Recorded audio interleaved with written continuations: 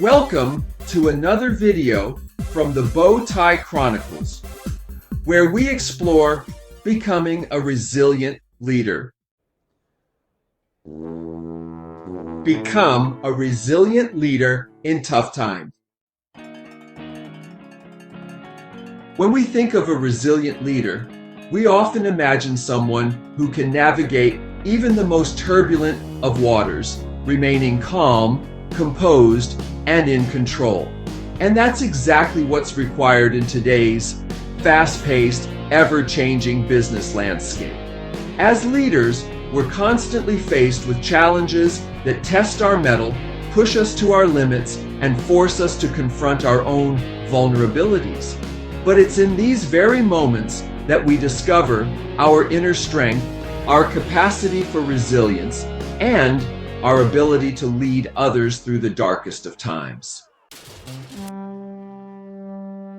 Leaders face a multitude of challenges every day, from uncertainty and ambiguity to team morale issues and decision-making under pressure. We're constantly bombarded with difficult choices, conflicting priorities, and unexpected setbacks. And when the stakes are high, the pressure can be overwhelming. We might feel like we're drowning in a sea of uncertainty, unsure of which way to turn or what to do next. We might face resistant team members, rebellious stakeholders, or unsympathetic customers. We might feel like we're walking on thin ice with one wrong move threatening to send everything crashing down. In times of crisis, it's easy to get mired down in the minutia, to get bogged down in the details, to lose sight of the bigger picture. But resilient leaders don't get stuck in the weeds. They rise above the chaos, they take a step back, and they survey the landscape. They prioritize, they focus, and they delegate. They communicate clearly, they listen actively, and they adapt quickly. They're not deterred by obstacles, they're driven by opportunities. But even resilient leaders aren't immune to the pressures of leadership. They too feel the weight of responsibility, the burden of decision-making, and the strain of uncertainty.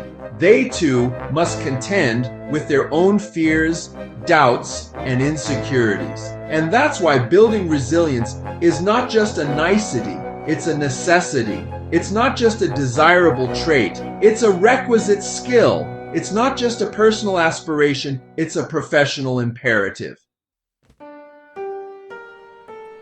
So, how do we build resilience? How do we cultivate this inner strength, this capacity for leadership, this ability to navigate the toughest of times?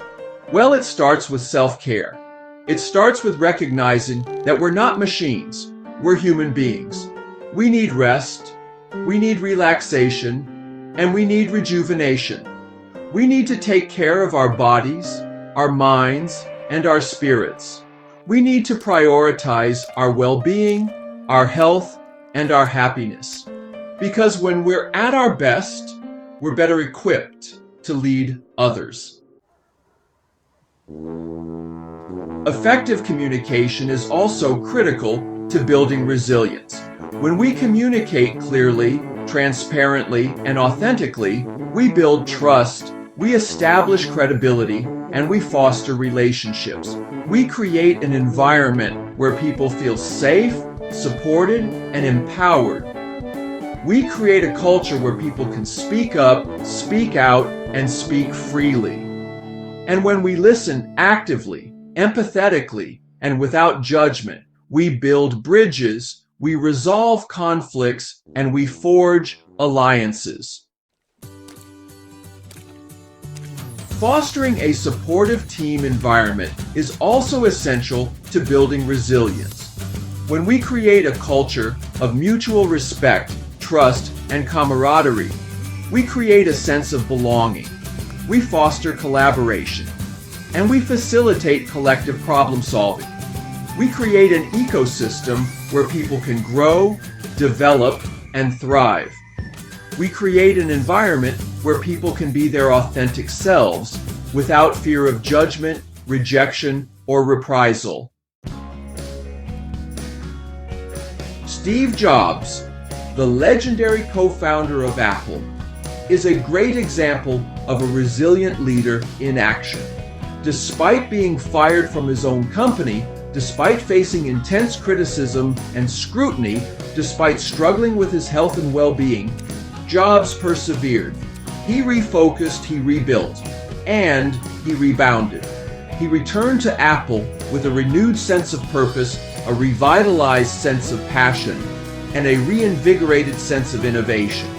And the rest, as they say, is history. Jobs' resilience in the face of adversity is a testament to the power of leadership, the strength of the human spirit, and the importance of never giving up. The key takeaways from Jobs' story are clear. Resilience is not about being impervious to failure. It's about being adaptable in the face of failure. It's not about being infallible. It's about being vulnerable. It's not about being invincible. It's about being human. And it's not about being a superhero. It's about being a leader who's willing to learn, grow, and evolve. In conclusion, building resilience is not a one-time achievement. It's an ongoing process. It's not a destination. It's a journey. It's not a fixed trait. It's a dynamic capacity.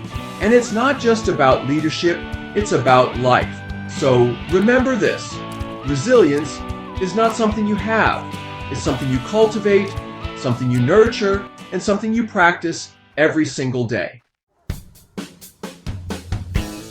What are some leadership challenges you faced in the past, and how did you overcome them? Share your stories, share your struggles, and share your successes in the comments section. And if you're interested in exploring more leadership topics, be sure to subscribe and check out our next video on the Bow Tie Chronicles channel.